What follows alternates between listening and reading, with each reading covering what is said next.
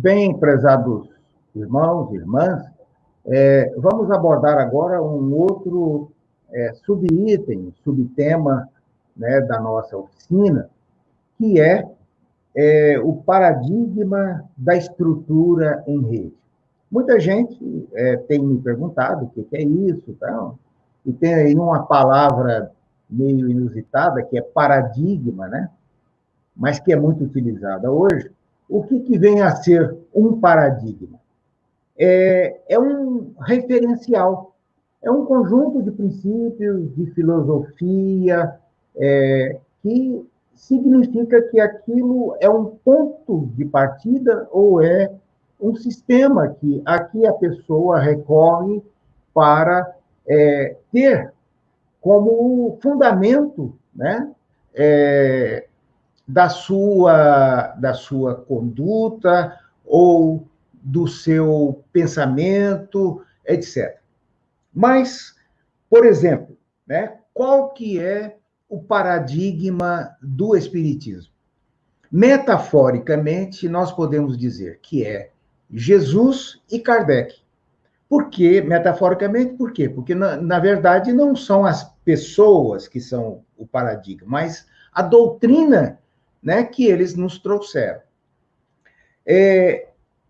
O movimento espírita, conquanto ele seja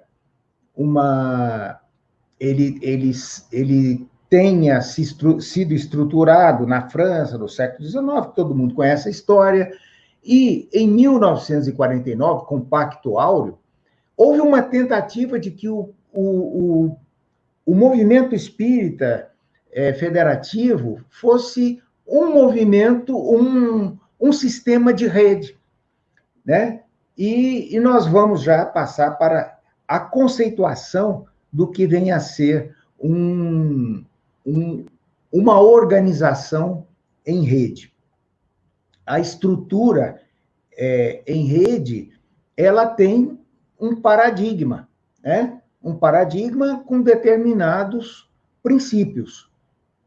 Mas ela não deixa de ser um paradigma de organização de instituições. E hoje em dia, nós estamos vendo que as instituições do mundo lá fora estão cada vez mais deixando a estruturação em forma piramidal, né? Em que tem um chefe, tal, um subchefe, e aí vai indo, cada um ali no seu departamento, para estruturas dinâmicas que facilitem a comunicação, que facilitem o processo, que tragam mais produtividade, que se dê mais autonomia às pessoas e às possibilidades de criatividade. Então, se há um ganho tão grande que as instituições do mundo profano elas estão adotando, quanto mais no contexto espírita, mesmo porque a estrutura em rede é a mais consentânea com os nossos princípios. Porque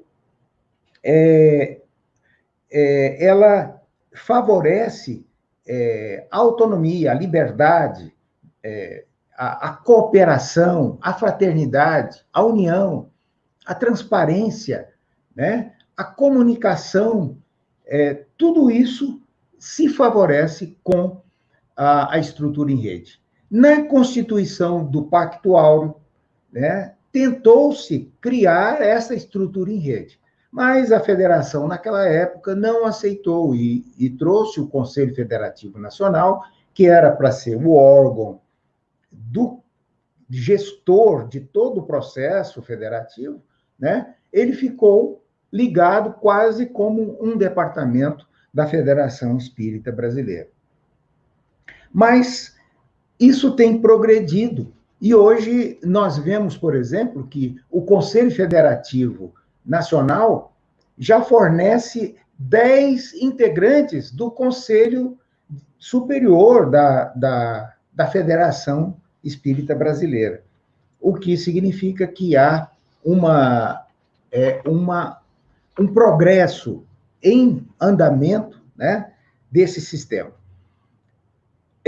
Nós podemos, na imagem que vocês irão ver agora, como seria a organização em rede, né, do sistema federativo. E nós podemos dizer que já funciona, em grande parte, dessa forma, né? Muito embora o centro espírita em si, que é a base de todo o sistema, ele ainda está muito preso naquela cultura do passado que orientava mais a estrutura piramidal. E nós vemos também que muitos centros espíritas são formados com poucos recursos humanos. Então, às vezes, a estrutura mais fácil, mais adaptável, é a estrutura piramidal, né? Em que o presidente tem uma autoridade, ele é executivo, ele que cuida de todos os aspectos, e às vezes até o trabalho braçal tem que ser feito por ele. Mas vocês podem observar aí que esses círculos azuis correspondem aos diversos estágios, né, da rede federativa. Conselho Espírita Internacional, Federação Espírita Brasileira, Conselho Diretor, né? E que vocês podem observar que não há uma instituição acima das demais. Todas elas se interagem, não é? Não há uma organização hierárquica, juridicamente estabelecida. Há, sim, instâncias no processo de deliberação, no processo de supervisão, naquilo que se produz nesse sistema, são instâncias organizadoras do processo. E que não tem uma, assim, muito mais importante do que a outra. Nós vamos observar que o sistema em rede, ele ocorre em toda a natureza. E o maior exemplo disso é o nosso próprio corpo. O nosso corpo ele é composto de órgãos, mas todos os órgãos são tão importantes que não há um órgão que a gente possa dizer que é mais importante. Tem até uma piada, né? Uma anedota, que os órgãos do corpo resolveram decidir quem é que tinha mais importância naquele contexto. E aí o cérebro afirmou, olha, eu sou o mais importante, o coração, não, é porque sem mim ninguém viveria. E aí todos dizendo, ou o sistema imunitário falando, não, sem imunidade vocês morreriam, etc. Aí o intestino falou, não, eu sou muito importante, porque eu faço parte da absorção, e aí as pessoas riram, aliás, os outros órgãos riram do intestino, falaram, você está aí no final, você não tem importância nenhuma. Aí o intestino ficou muito bravo e falou, bom, então eu não vou trabalhar mais, pronto. E aí ele resolveu fazer greve, e o que é que aconteceu? Depois de muito tempo, todos os órgãos estavam pedindo para ele, pelo amor de Deus, para que ele voltasse, deixasse a greve e voltasse a funcionar. Então, se nós formos observar no contexto da natureza, os sistemas, os ecossistemas, né? Não tem um local ou uma espécie que seja mais importante. Todos têm a importância que lhes cabe naquele sistema. Portanto, o princípio maior que a organização de rede tem é o princípio da cooperação, né? Quando nós falamos assim, ajuda, quando nós falamos colaboração, nós estamos querendo dizer cooperação. Por que às vezes eu até insisto nessa palavra? Porque ajuda pode ser eventual, né? A colaboração também pode acontecer de vez em quando, mas a cooperação exige compromisso. A cooperação exige uma certa permanência nesse processo. Eu vou passar para o Marco Aurélio para que ele continue aí nos trazendo como estabelecer um processo de cooperação num ecossistema ou numa rede. Bom, aproveitando aí o exemplo, acho que um exemplo que todos nós entendemos com facilidade, o próprio corpo humano trabalha em rede. Um órgão dependendo do outro. E a casa espírita também, ela pode trabalhar em rede. Acho até que essa sustentabilidade em rede, né, que a gente poderia dizer assim, ela pode nascer dentro da casa espírita. E ali a gente conseguir fazer com que isso chegue na rede como um todo. Nós vamos colocar uma figura agora. Bom, aproveitando aí a fala do nosso companheiro Luiz, que deu um exemplo que eu acho que todos nós entendemos com muita clareza, que é o próprio organismo físico, o corpo físico nosso, ele trabalha em rede. Um órgão necessita do trabalho do outro, e assim por diante. Então, todos unidos no mesmo objetivo, de manter de pé aí o nosso corpo humano, para que nós, espíritos, possamos agir aqui na Terra. Nós temos aqui uma figura, tá, que nos permite falar de como estabelecermos essa cooperação num ecossistema. E aí vamos pensar na casa espírita e depois da casa espírita no movimento espírita. Veja bem aí, uma lâmpadazinha sozinha é a ideia individual de alguém. Alguém surge uma ideia para uma solução e lá do outro lado tem outra ideia. Então, qual que é a melhor ideia? Qual o melhor caminho a seguir? A ideia do lado esquerdo ou a ideia do lado direito? De repente, as pessoas resolvem estabelecer aí uma relação em rede. E essas ideias se unem. Vejam bem que dessa união sai a melhor ideia. Por que sai a melhor ideia? Porque houve aí uma interação, pessoas se interagindo, e vamos evoluindo, casas espíritas se interagindo, e aí vamos, regiões se interagindo, cidades se interagindo pelas suas representações aí, através dos conselhos e das federativas, aprendendo a escutar, e aí sim, nós chegamos lá onde precisamos chegar, cooperar. Então, isso nos fez perceber que é necessário, sim, a construção e a utilização dessa estrutura em rede. Tá? É uma construção coletiva de trabalho, que nós não podemos abrir mão dessa coletividade, dessa união de forças. Tá? Nós precisamos ter abertura para isso. E essa abertura não pode ser só do líder espírita, não só daqueles que estão à frente dos trabalhos. Nós precisamos fazer com que isso chegue a todos que estão dentro da casa espírita, para eles poderem também tomar conhecimento dessa rede e dessa possibilidade de se unir ideias, tá? Exatamente. Criar essas relações, né, Luiz? Pois não, Luiz? Eu acho, inclusive, que o líder não pode ficar isolado nesse sentido, né? Às vezes o líder quer colocar, assim, quer imprimir na instituição um progresso, um avanço, e não consegue, né, que os seus liderados, porque eles estão ainda presos em princípios de organização do passado, que venham a aderir a esse processo. Então, às vezes, é um trabalho lento, é um trabalho de transformação da cultura da casa, sabe?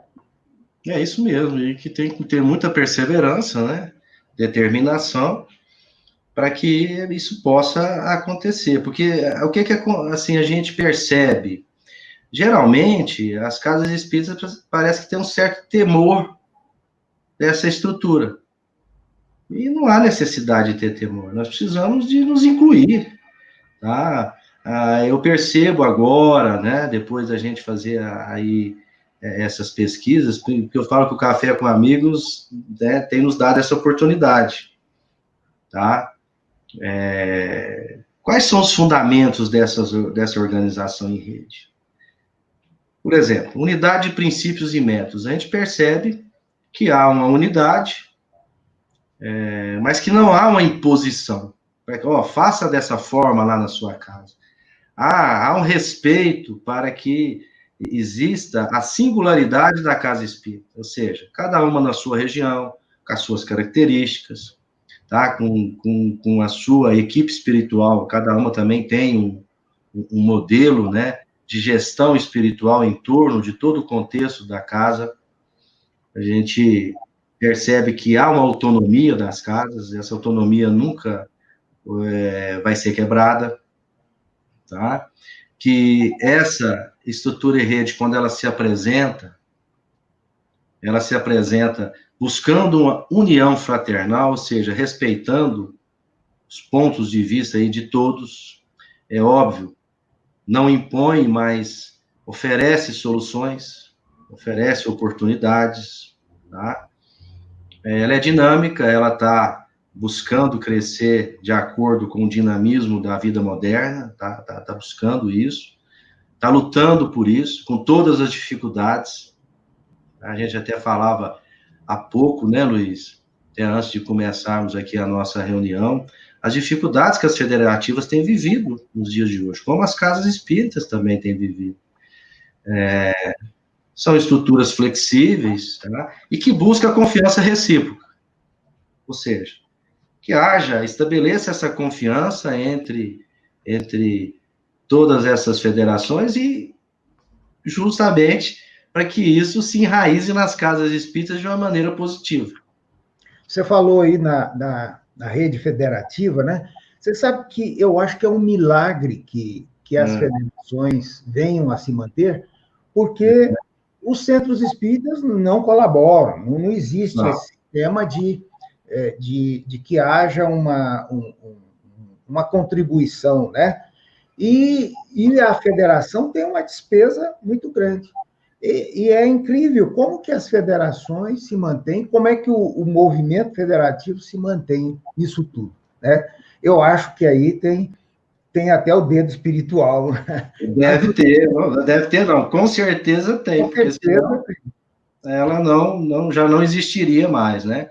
Então, nós temos que pensar nisso tudo. Nós temos que pensar que é um corpo funcionando aí, como você falou agora há pouco, um dependendo do outro, nessa cooperação, nessa reciprocidade que nós precisamos estabelecer a partir de agora, né? E sempre levar essa ideia adiante, para que a cooperação seja algo não utópico, mas algo que vai ser do nosso dia a dia, né? Temos aí até também uma imagem, né, de um exemplo de uma casa. Eu até gostaria que o Luiz que pudesse explanar um pouco sobre essa estrutura, né, em rede dentro de uma própria casa espírita, ou seja, não de uma maneira em forma de pirâmide, mas com essa maneira aí, envolvendo todos os departamentos e todos os setores de trabalho da instituição.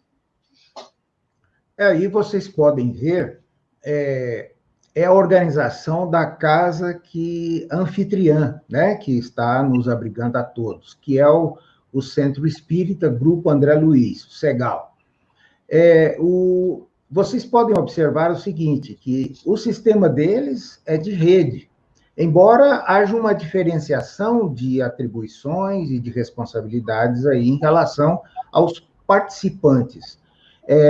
A Assembleia Geral elege um conselho gestor, e aí esse conselho gestor constitui a diretoria administrativa. A diretoria administrativa participa da formação do conselho fraterno, que, por sua vez, é constituído pelos departamentos e pela diretoria administrativa. Então, nós vemos aí uma harmonização e um balanço, né? um verdadeiro balanço, um equilíbrio de atribuições, de funções, e não há uma hierarquia tão absoluta, né, que haja departamentos estanques. Isso é que é importante. Todos se falam, né? Todos se interagem.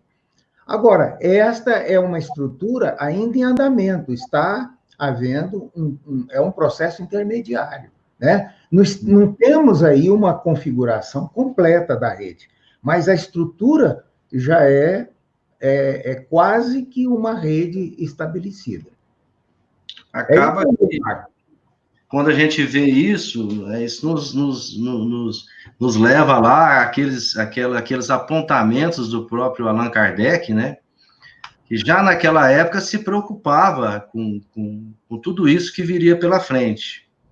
Temos lá, em obras póstumas, né? Constituição do Espiritismo, até parafraseando o nosso querido Allan Kardec, né? Quando ele diz que 10 homens, mas nós vamos usar centros espíritas, assim, 10 centros espíritas unidos por um pensamento comum são mais fortes do que 100 que não se entendem. Ou seja, pregando já essa união, né, e essa estrutura em rede, para que os processos não se paralisem, né, porque quando você vê aí um desenho desse, você vê que se um ali estiver com algum problema, o outro está sustentando ele, né? Está mantendo o trabalho efetivo, sem que haja uma paralisação. Ou seja, e certamente, dentro de uma estrutura dessa, o chamado comunicação está em todos os setores, né? Todo mundo sabe de tudo ao mesmo tempo. A gente tem que chamar a atenção, né, Marco, que se trata de uma casa grande. Um Sim. Centro espírita pequeno, muito provavelmente ele não tem muita condição para isso, não tem recursos humanos para estruturar, né? Mas eu acho que a filosofia da rede pode permear a casa, né, no sentido da colaboração dos integrantes da diretoria, dos departamentos que ele possa vir a ter, né? Poderíamos dizer, construir pequenas redes, né? Exato. Pequenas redes para que haja o quê? Para que vá se familiarizando com esse conceito. Com esse conceito, para poder depois entender os conceitos maiores, de casas maiores, de federações e assim por diante. Acho que esse é o caminho, acho que não há dúvida que esse é o caminho, porque a rede está hoje convivendo conosco, querendo ou não. Nós estamos convivendo com ela, às vezes até sem perceber, não é? Então, eu entendo que esse assunto, estrutura em rede, é um assunto que nós, acho que exploramos bem, né, Luiz? Sim. Dentro do tempo que nos é permitido, do tempo que nós temos para essa live. E nós vamos agora, eu acho que é o fechamento desse nosso encontro, é algo que nós trouxemos o tema como pergunta, até porque eu acho que todos nós, líderes espíritas, um dia nos perguntamos, né? Por que união? Por que a unificação? E por que esse tema que hoje é tão utilizado, cooperação? Então, esse é um tema, até eu gostaria de passar a palavra para o Luiz, para que ele inicie falando um pouco disso, o porquê da união, unificação e cooperação. Sim. Prezados irmãos, antes de entrar propriamente nesse tema, eu vou ler uns trechos de uma mensagem de Emmanuel, que psicografada pelo Chico, né, que está no livro Doutrina e Vida. Então, ele diz: entretanto, nosso problema de união, ao que parece, não se relaciona com a exegese. Com a exegese significa a interpretação, né? É questão de fraternidade sentida e vivida, portas adentro da organização doutrinária, para que as obras não se esterilizem, a míngua de fé, e para que a fé não pereça sem obras. Mais adiante ele diz: reunamos-nos no campo da fraternidade edificante. Não teremos espiritismo unido sem que nos unamos. Debalde ensinaremos amor sem nos amarmos uns aos outros. Não elevaremos a doutrina sem nos elevarmos. Aprendamos a eliminar as arestas próprias, a fim de que o espírito coletivo paire mais alto, ligando-nos à divina inspiração. Então, nós vemos que essa tríade aí de união, unificação e cooperação, né, elas vêm diretamente do contexto da doutrina espírita. Se nós formos nas obras básicas, Kardec fala isso quase que o tempo todo, principalmente nos pontos em que ele aborda essa questão. Isso tudo, nós estamos vendo que isso faz parte, a união, a unificação, né? E a cooperação fazem parte do desenvolvimento institucional. Eu acho que nenhuma instituição, aí pode ser do mundo profano, pode ser do movimento espírita, vai conseguir, de fato, evoluir, vai crescer, se não tiver esses princípios nela. Por exemplo, lá no mundo material, vamos pegar um exemplo como a rede McDonald's, que todo mundo conhece, né? Sem união, não haveria esse sucesso econômico, essa estrutura monolítica que é a rede McDonald's, né? Sem unificação, não haveria homogeneidade da rede. E cada estabelecimento, cada franquia, estaria tendo que resolver os seus problemas e cada uma caminhando para um lado, né? E não haveria harmonização, né? Homogeneidade que se procura. Sem cooperação, não haveria sinergia. O que é a sinergia? É quando duas potências, duas energias se unem para produzir uma energia maior. Então, a cooperação faculta este fenômeno, né? De que o resultado é maior do que a soma das partes. Enfim, se não houvesse isso, a rede iria à falência, e seria cada um por si. E nós podemos dizer que também, no sistema doutrinário, da reunião dos centros espíritas, se fosse cada um por si, se não houvesse a rede federativa, nós, na verdade, viveríamos um caos institucional. Cada centro fazendo a sua maneira, tendo uma prática, porque não haveria homogeneidade, não haveria um processo de unificação, né? A unificação que nós estamos pretendendo dos centros espíritas, ela está partindo assim da base para o processo da rede como um todo, como o Marco Aurélio já se referiu anteriormente. E a esse respeito, eu queria dizer, chamando aqui uma entidade que é o Bezerra de Menezes, que é a entidade responsável pelo processo de unificação do espiritismo no Brasil. Ele coordena uma falange de espíritos que agem especificamente nisso para ajudar o próprio movimento e o progresso, né, e a extensão, a divulgação da doutrina. Ele diz o seguinte, através da mediunidade e a psicofônica do Didivaldo: a tarefa da unificação é paulatina, a tarefa da união é imediata. É isso que nós estamos buscando através deste evento, da filosofia do Café com Amigos, né? enquanto a tarefa do trabalho é incessante, porque jamais terminaremos o serviço, desde que somos servos imperfeitos e fazemos apenas a parte que nos está confiada. Isto é, quando nós nos restringimos, sabe, ao nosso centrinho, quando nós nos restringimos e nos isolamos numa casa espírita, ignorando todo o resto, todo o processo que está no nosso entorno.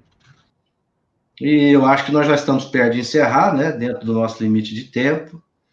Eu vou fazer aqui também o que o Luiz fez no início desse tema. Eu vou ler uma mensagem do Bezerra de Menezes. Se o Luiz depois quiser fazer algumas ponderações também, né, se o tempo permitir. É uma mensagem de Bezerra de Menezes, através da fotografia de Francisco Cândido Xavier, de 1963, constante de Reformador, que é de dezembro de 1975. Bezerra nos diz o seguinte: o serviço da unificação em nossas fileiras é urgente, mas não apressado. Ou seja, não precisamos ter aquela pressa que faz com que façamos errado, mas ela é urgente. E por isso nós precisamos fazer de maneira correta, através desses encontros que nós estamos hoje aqui, muito alegres e muito felizes com o que está acontecendo. Uma afirmativa parece destruir a outra, mas não é assim. É urgente porque define o objetivo a que devemos todos viver. Vejam bem, que força tem essa frase. É o objetivo a que todos nós devemos viver, porque ele transcende a rede espírita. Ele vai para o âmbito da família, para o âmbito dos amigos, uma rede salutar, não é? É o que ele quer dizer. Mas não apressado por quê? Porquanto não nos compete, por isso não é apressado, porque não nos compete violentar consciência alguma. Então, não é convencer por convencer na força, é sim fazer com que todos nós entendamos isso que Bezerra quis nos trazer, o quanto isso vai nos ajudar nessa nossa caminhada eterna aí para a evolução. Estamos juntos e unidos, trabalhando junto, um ajudando o outro. E eu fico muito agradecido da oportunidade desse café com amigos. E eu também. Até mais. Até uma próxima oportunidade, né? Até uma próxima. Continuar depois com a live, né? De encerramento. Agora nós vamos entrar também, né, Luiz? Primeiro nas perguntas. Perguntas e respostas, e logo que terminar já vão ser encaminhados todos lá para a live final. Tá? Então, nós vamos agora começar, então, aí, as respostas às perguntas, voltando a salientar, como nós reforçamos o que falamos atrás, não dá tempo de responder todas as perguntas, aquelas que não foram respondidas hoje, a gente depois vai estar encaminhando as respostas aí para aqueles que estão aí, fizeram as perguntas, certamente estão aguardando aí uma resposta. Ok, pessoal? Até mais. Até mais.